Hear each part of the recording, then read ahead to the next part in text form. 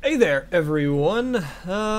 Looks like this game has been getting a lot of positive press recently. A lot of people, reviewers that I would generally tend to agree with oftentimes, are just praising it as very interesting. So I decided to take a look at it myself, and Crow Team decided to be kind and give me a key. So for full disclosure, I'll go ahead and say that they gave me a key so I could take a look at it. This is the Talos Principle, and it is a puzzle game, a sort of first-person puzzler that has been newly released on Steam by, by Crow Team. Crow Team are the guys behind the Serious Sam franchise, as well as a sort of, like, spin-off-y, prequel-y, puzzle-y thing called the Sigils of Elohim, which is related to this game. And, published by Devolver Digital, I believe, which they're an awesome publisher, and they tend to have a good eye for interesting and unique things. So to get started, I think the first thing you're probably noticing is maybe a distinct similarity to the environment of Portal, and a weird juxtaposition between like ancient ruins and weird futuristic technology, like this weird binary teleporter, these signs, and a computer terminal in the middle of nowhere. And, yeah, a lot of reviews have compared this to Portal for various reasons. Also an Easter egg in here. I would say... God.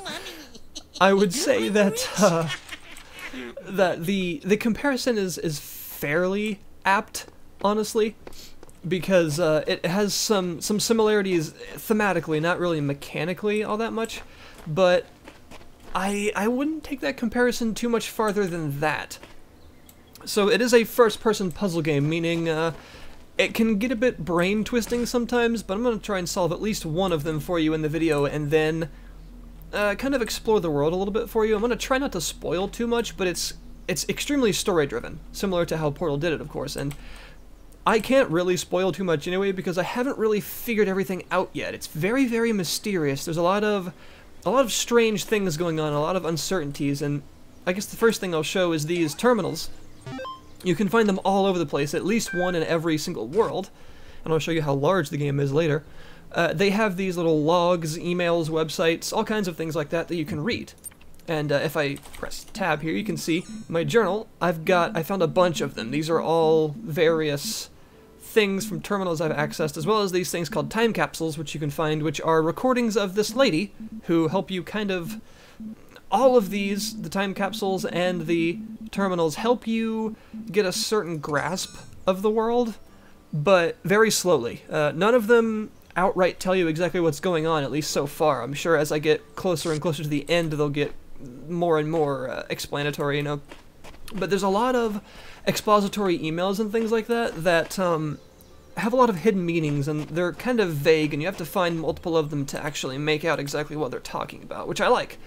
So, more on the story later. Let's get into the main part of the game, which is puzzle solving. So, the main goal is to find these things, these Tetris pieces. They're called sigils, also called tetraminos or tetraminos. You need these to progress in the game, and there are various different colors. There are red, green, white, and yellow, or orange, and also blue ones, but those are a little bit different. And they each unlock different things. Red ones are the hardest to get, first of all, so the puzzles that involve red ones, which the entirety of World C has all red ones, so that's good, great. The red ones are used in the tower, which is something I'll have to explain again later once we get out of here and into the world. The orange ones, or yellow ones, are used to unlock more puzzle mechanics, which is very interesting. As you can see in the bottom left of the screen there, you see all those little symbols. It looks like a fan, a box, a play symbol. Those are actual types of puzzles. As you can see, this puzzle involves boxes and these, which are these laser emitters, or laser deflectors.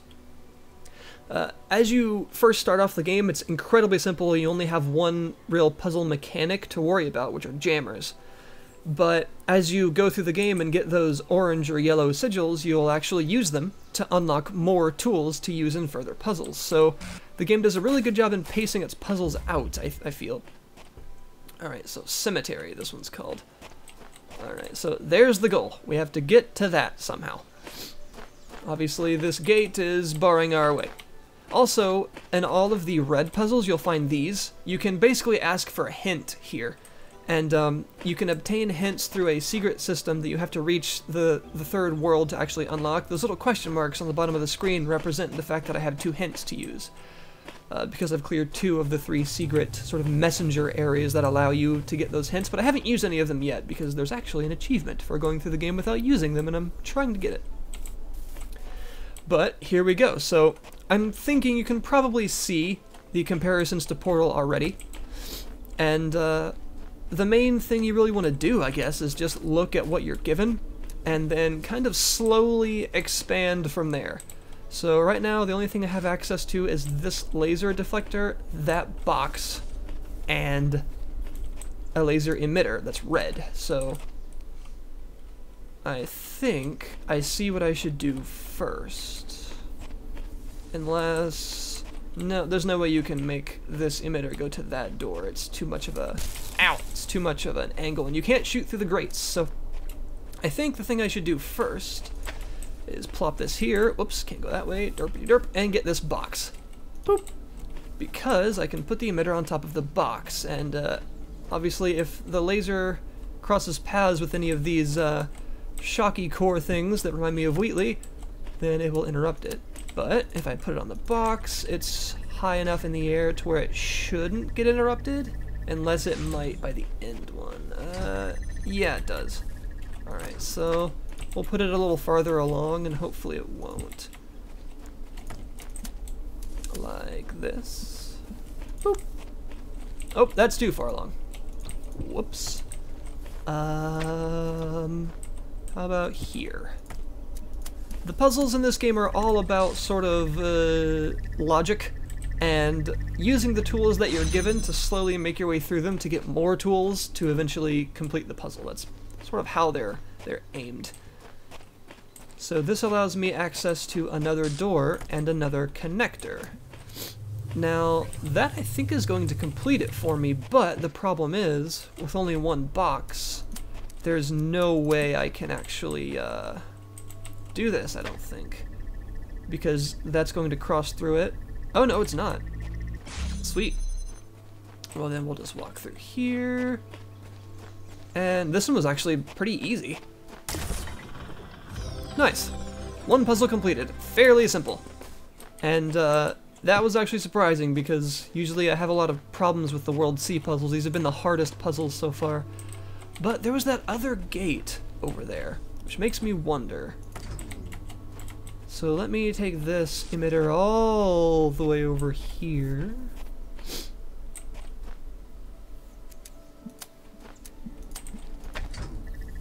Now, that's a problem. But I don't need this to be over here. So there are these various secrets in this world. As you can see, those little star-shaped things up there that I have 9 of. Those are a form of secret, and the stars are usually, there are some in almost every level, and they're very, very difficult to get to.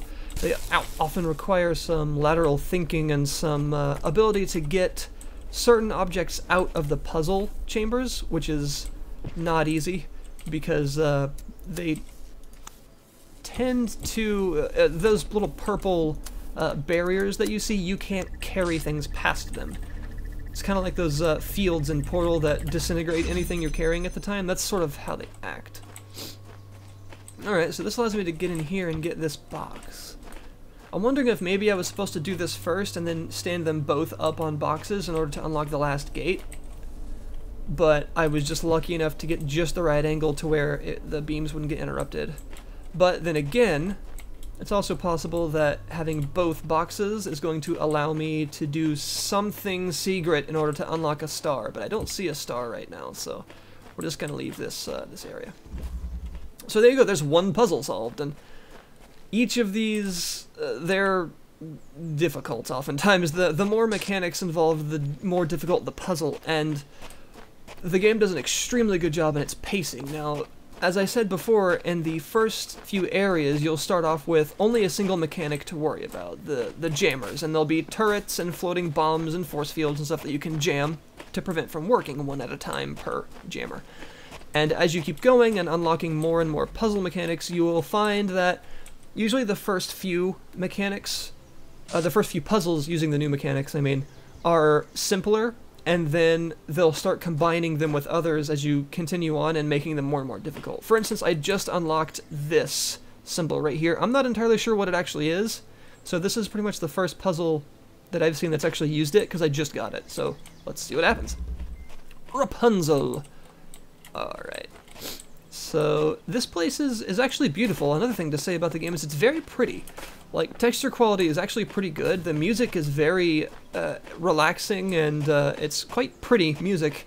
And the actual,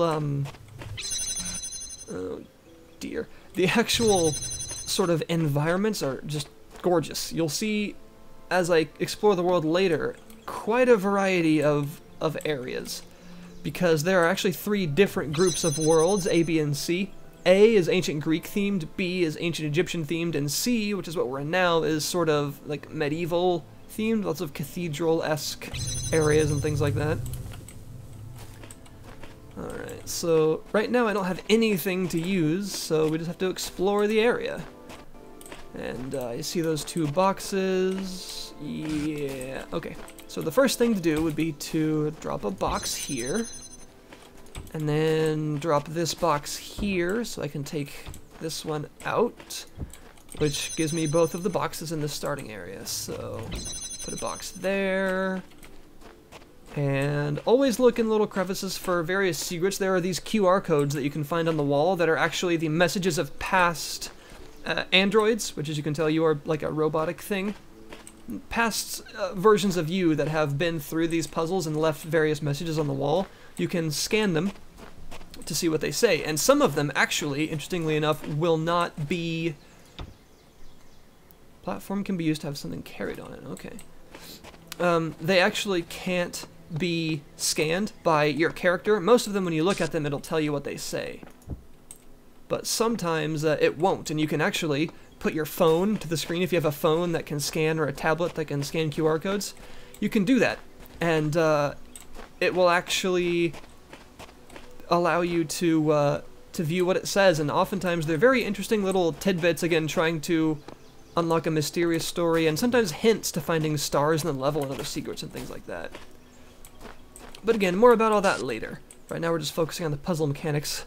So I found a platform, and this is a bit of a confusing mechanic that lets me record a version of myself and then have it repeat what I did. So let's see. What I need to do is get boxes up there. So the goal is to get the boxes up there. I can carry... Can I... No.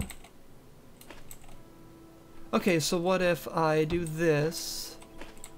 Record myself picking this up and walking it over to here, right? And then standing here for a minute to give my other self time to get up that ladder and stuff. Let me just stand here for a few seconds. And then that should be enough. And then moving back here. So what happens? Right, so there's me. Can I... No, because I can't climb while holding a box, and I can't really... Huh. That's different, okay.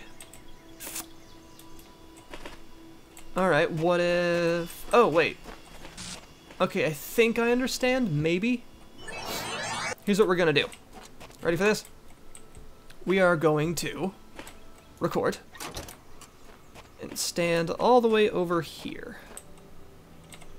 to let my other self drop some stuff on top of my recording, and maybe I can stack 2 boxes and then have the boxes delivered over there, possibly? Is that something that I can do?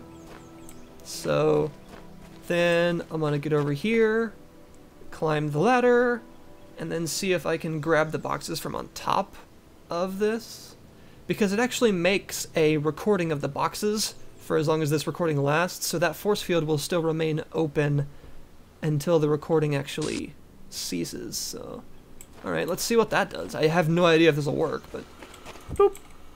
Okay. So, my other self is going to go right there, can stack that, and then I can stack this like that.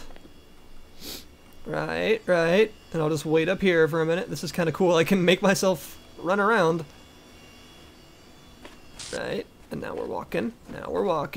And oh, crap, I got too close to the wall and it pushed it off, dang it. Well, just as a test, can I actually grab both of them? I can't, because that one is too far down. So that's actually not how you solve this one. Dang. Well, I have no idea then. Huh. That actually confuses me greatly. Well, I only need one of them though, right? Do I actually not need both boxes up here? No, you need both of them. Shoot! I'm not actually sure what to do here. I'm sure viewers have probably figured it out before me, that's usually how it works. But I need some way to actually walk. But the thing is, I could grab the first of the two stacked boxes if I get them over here and plop it there. But then there's no way I can... Oh wait, I know what to do. Okay, I think I understand. Let's try this one more time. Alright, record. Get myself over here so we can stack boxes on top of me. As you can see, you can actually record up to 5 minutes at a time of your other self, so you can actually do some pretty complex stuff. And I believe starting, of course, in this world, there are some instances where you have to use clever use of your recording to actually get some of the stars outside of the puzzles and things like that. So this game has plenty, in my opinion, of things available for puzzle junkies, for people that find some puzzles maybe a bit too easy, and for people that are going to find some of the stuff in other puzzle games a bit too hard. You can still go through a lot of this game and have a fair amount of luck, because not all of the puzzles are like just mind-crushingly difficult. But I also like how you can actually alter your path. The ways to go through this game are not actually... It's not that linear of a game, because you can go multiple directions, because as I'll show you soon, there's a bunch of hub worlds, and you can actually go to any of the worlds from the beginning. So every world has 7 levels in it, and this is, of course, level C1, I believe, or is it level C2? There we go. Yeah, and I can't grab that one, so that's fine. And now we're just gonna do this. Gonna go back over here, stop the recording, and then I'm gonna record myself walking up this and standing on this for a few, which will give my other self enough time to go through and grab that. Easy enough, although I'm sure there's a star around here somewhere that requires me to ride those 2 boxes and stuff somewhere to actually obtain a star, but I'm not going to worry about that for this video. I'll worry about figuring all that out on my own. It's probably not the most exciting thing to watch, me trying to figure all that nonsense out. So, yeah. The game itself being pretty non-linear is definitely a plus. It makes it to where if you're having issues in some worlds, you can just go to a different one.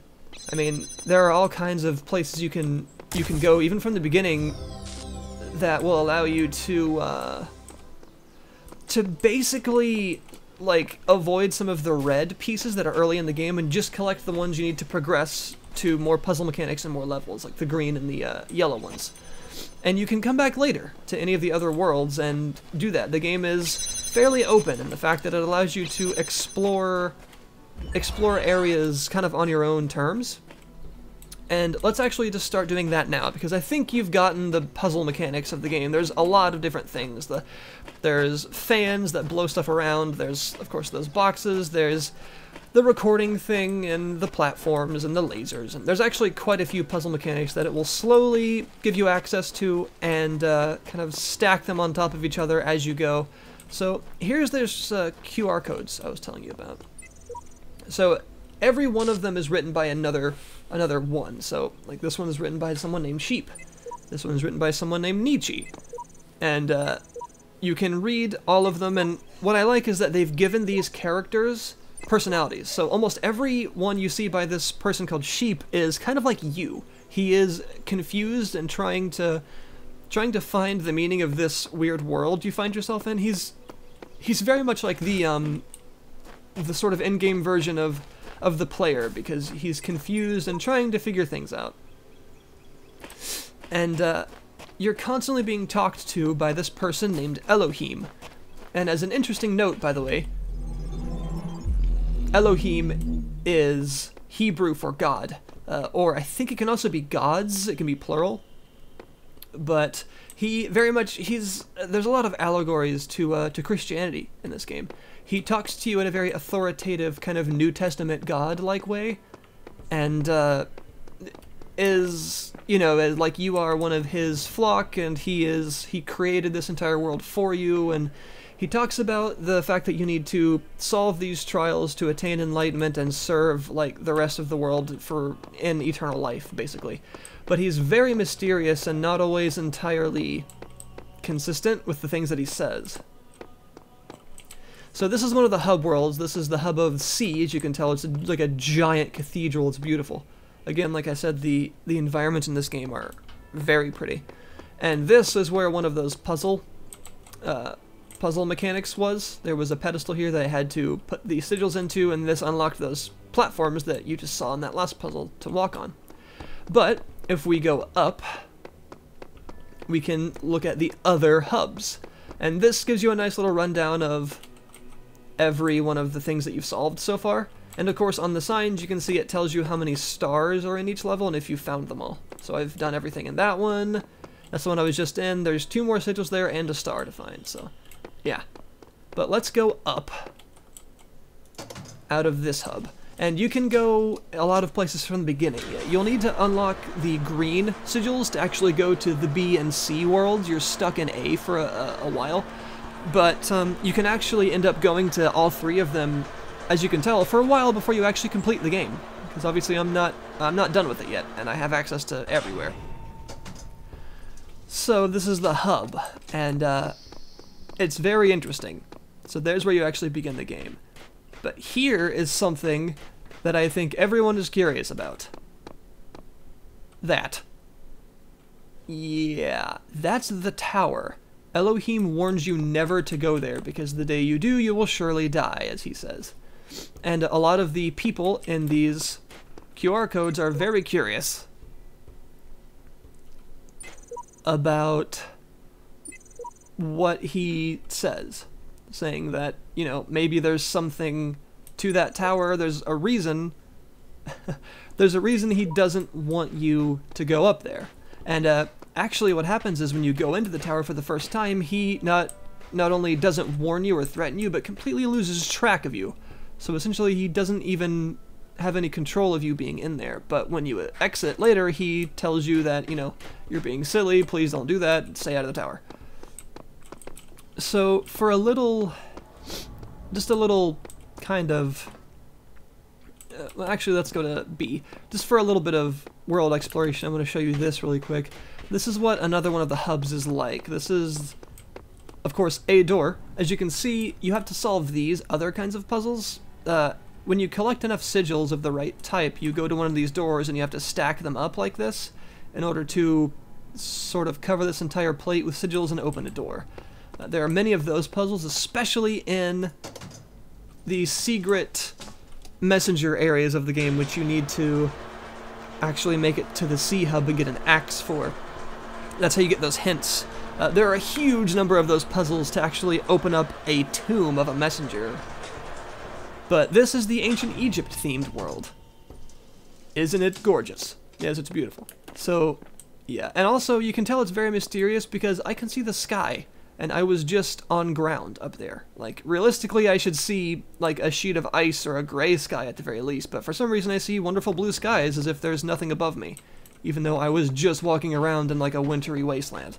So, the game is full of this. It's hugely mysterious. I like the way that just playing it feels, because it feels like you're enveloped in some weird mystery, trying to solve it all while not being, you know, horrendously killed by the denizens of these worlds, trying to figure out who or what Elohim is, and trying to understand everything. The game tells you almost nothing. It's actually almost Shadow of the Colossus-esque in how little information it gives you about everything that's going on in the world. But, yeah, I need one more star. But you kind of slowly figure it out, and again, I can't really spoil it for anybody because I don't know myself, but I have a few theories. From what I've gathered so far from looking at the terminals and things like that, it seems like the world ended somehow. The humans, there was an apocalypse. Like, Earth is screwed up. And there was a team that backed up the entirety of the internet and attempted to preserve as much human history as possible in what they call the archive, which is what those terminals are linked to. And basically they wanted to preserve the data of humanity because the people of humanity are going to be extinct. There's like, I mean, it's like an extinction level apocalypse, like the world is gone or something. I'm not entirely sure what happened, but this involves the creation of a complex AI of something in the archive that actually talks back to you. So those terminals actually have an entity in them that actually talks to you occasionally when you go to the terminals. They, of course, each one has like all those emails and things that you saw, but sometimes there's actually a being that speaks to you. It's very mysterious. There's also this that we're in. I have a feeling of some kind of simulation that has to do with preserving the personalities of humans in these robotic bodies because everything biological is gone.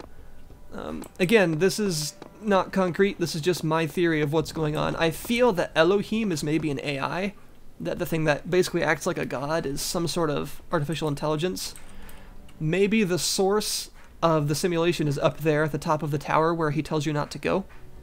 And maybe the entity in the archive is another AI that either is a part of Elohim, maybe, or is just a separate one that's trying to learn, like almost an earlier version of him that isn't omnipotent. Like I said, this game has a lot of allegories to Christianity. The Elohim and the entity in the archive are very much like Satan and God in the Bible. He even actually, Elohim goes as far as to call it the serpent, and that it's a deceiver, which is, you know, very much like Lucifer in the Bible. So, I'm not sure. There's a lot of mystery in this world. Like I said, I think the first thing that most people notice is like the really weird juxtaposition of ancient ruins with like futuristic technology. You don't see a lot of that stuff in video games. That's really weird. I like it. I really like the way this game works. I feel like there's just a lot of mystery here for me to solve, and I just have to keep kind of fighting the promises of Elohim to figure it out. You might have noticed that big door in the big cathedral that I showed you. That, he says, once you've completed all the trials, he, of course being Elohim, is some kind of portal to eternal life and like the completion of your actual goal. And I have a feeling, just this nagging feeling, that there's something going on there. That maybe there are multiple endings to this game.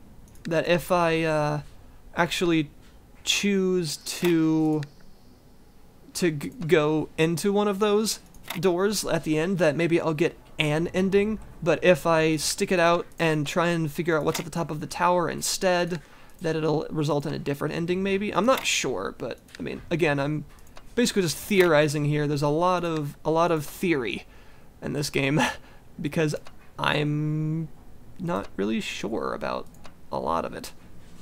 But that interests me a whole lot.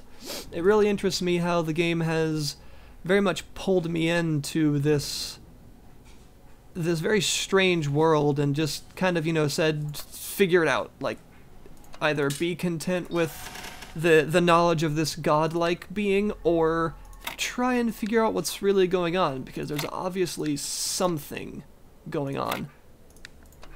I don't know, it's hugely interesting to say the least. I feel like I've had probably the most enjoyment I've had in a long time with this. From a puzzle game. I don't normally play a lot of puzzle games. I tend to be fairly, I don't know, it's just, puzzle games to me aren't something that I can play a huge amount of, because eventually my brain will begin to hurt and I will stop actually being able to enjoy it after a while. You know, puzzle games are something that I tend to play in kind of short spurts, as it were. But I'm finding myself constantly coming back to this one and trying to solve the mystery, because there's obviously something going on here. I'm just not sure what yet. But I guess that's the real key here, is that I do very much want to find out what's going on. I want to discover the mysteries of this world. I love the fact that they've given every one of these people, these previous people, a personality. Like, every message you see by Sheep is going to kind of be asking the same questions as you as a player would be. Every message by one called Uriel 4 is like oftentimes a cryptic hint to a secret in the level.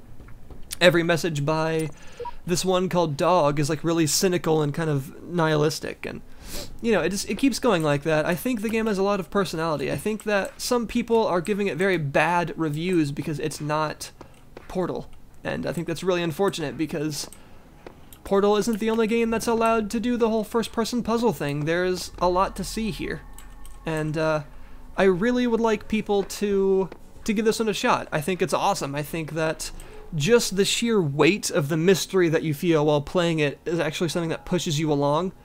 And the fact that Crow Team were able to actually produce a mystery like that in a world that actually like physically affects you and makes you feel like you just really want to solve it is very commendable. So yeah, I think this is very much worth a shot. I will link you, of course, in the description to the Steam page. You can buy it on Steam now. It's released and available. And I hope that you'll give it a shot. Even if you maybe aren't into puzzle games most of the time, this one is a lot different. It's got a lot going for it, and the very mysterious world that they've built without actually telling you almost anything at all, making you actually pick up all the pieces and try and figure it all out yourself, is actually one of the most interesting worlds I've seen in a long time. So there you go, folks. Highly recommended. That is the Talos Principle. Thanks for watching, and I'll see you next time. Also, as an aside, I just wanted to show that I finally figured this stupid thing out. I got it! Finally! I got it! Yeah! I did it. That only took way too long. Oh, and a time capsule. I guess we'll leave the video with this. Boop! I look in the mirror sometimes and I see myself like some alien being. I think, who am I? Why do I have these eyes and those hands? Why do I see the colors that I see? Why do I think like I think?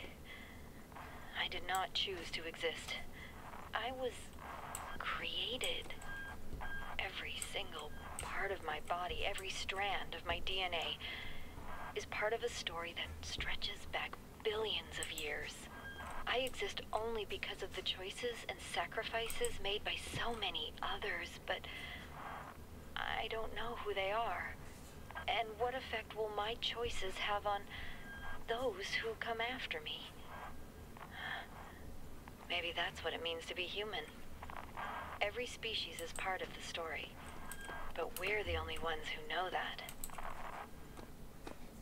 And again, there you see some of the references, the parallels to what you are going through, being, you know, the people that came before you, as in the people that left those codes, and humanity themselves, the people that left all the archive information you're reading. And what it means to be human is a huge theme of the game, and what it means to actually be here, you know, in whatever this is. That these are all things that you'll have to answer, or at least try and find answers to as you go on. And it's hugely interesting, I feel like. There's so much that really makes you wonder. I just wanted to show that little bit off to kind of, you know, put a cap on the video and show some of the interesting bits that you have to deal with. This puzzle is going to be a bit of an interesting one to solve. Anyway, there you guys go. Sorry about that. I just wanted to go ahead and feature this little bit at the end here and show that everything is very much allegoried and paralleled and layers upon layers in this story. So, yeah. Thanks for watching, guys. And now, the end. For real. I swear. I promise.